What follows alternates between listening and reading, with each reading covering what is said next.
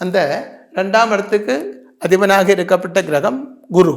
குரு லக்னத்தோட 3ஆம் இடத்தில் போய்விட்டது.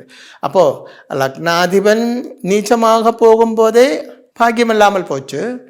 ப்ளஸ்ஸு குரு 3ஆம் இடம் மாரகஸ்தானம். 3, 12 இந்த இடங்கள் எல்லாம் குருவை பொறுத்த வரைக்கும் 6ம் 8ம் அப்படித்தான்.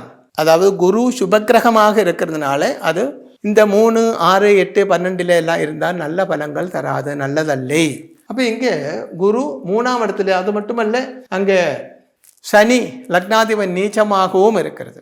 அப்போ 2ஆம் இடத்துக்கு அதிபனாக இருக்கப்பட்ட குருவோட வித்யை படித்தால் MBA படிக்கலாம், பின்ன பேங்கிங் படிக்கலாம், காமர்ஸு, இப்போ நிறைய விஷயங்கள் இருக்குது. இதெல்லாம் குருவே கொண்டு படிக்க வேண்டியது.